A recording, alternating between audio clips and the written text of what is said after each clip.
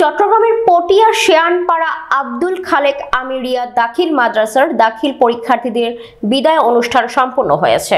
মাদ্রাসার সাবেক সভাপতি নুরুল আফসারের সভাপতিত্বে শিক্ষক জালাল উদ্দিন সঞ্চালনায় এতে প্রধান অতিথি ছিলেন মাইফুলা কবির, কারিগরি স্কুলের সভাপতি বিশিষ্ট শিল্পপতি আলহাজ মোহাম্মদ জসিমউদ্দিন। উদ্বোধক ছিলেন বিশিষ্ট ব্যবসায়ী মোহাম্মদ নুরুল আরিফিন। বিশেষ অতিথি হিসেবে বক্তব্য রাখেন মাদ্রাসার সুপার আহমেদ হালিমি, সহ সুপার আহমেদ হোসেন, মোহাম্মদ আবু তাহের সহ অনেকে।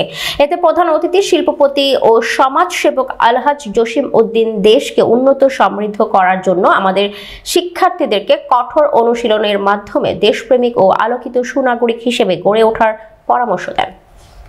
হাজার হাজার জিনিস আল্লাহ দুনিয়াতে সৃষ্টি করেছে, শুধু শিক্ষা দেওয়া লাগতেছে যে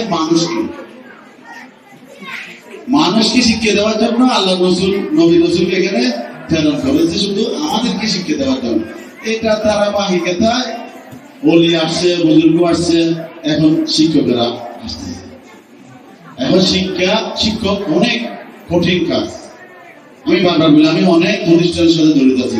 শিক্ষকতা করা মানে এর চেয়ে কঠিন কাজ আমি আর কোনো কিছু দেখতেছি না। যারা এরোপ্লেন চালাচ্ছে, যারা রকেট চালাচ্ছে, যারা ডাক্তারি করতেছে, যারা ইঞ্জিনিয়ারিং করছে, সবচেয়ে বেশি কঠিন কাজ হচ্ছে শিক্ষকতা করা।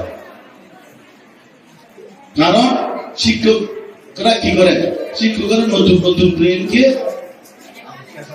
মডিফাই করেছে, নতুন নতুন ব্রেনকে মডিফাই আসছে। কিছু বলতে পারছি? তোমরা বলো তো।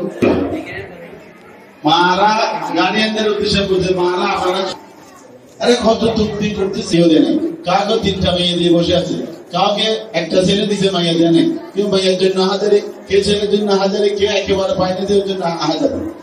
যাকে দিয়েছে আল্লাহ নিয়ামত, ওটাকে মানুষ করার দায়িত্বটা খারাপ।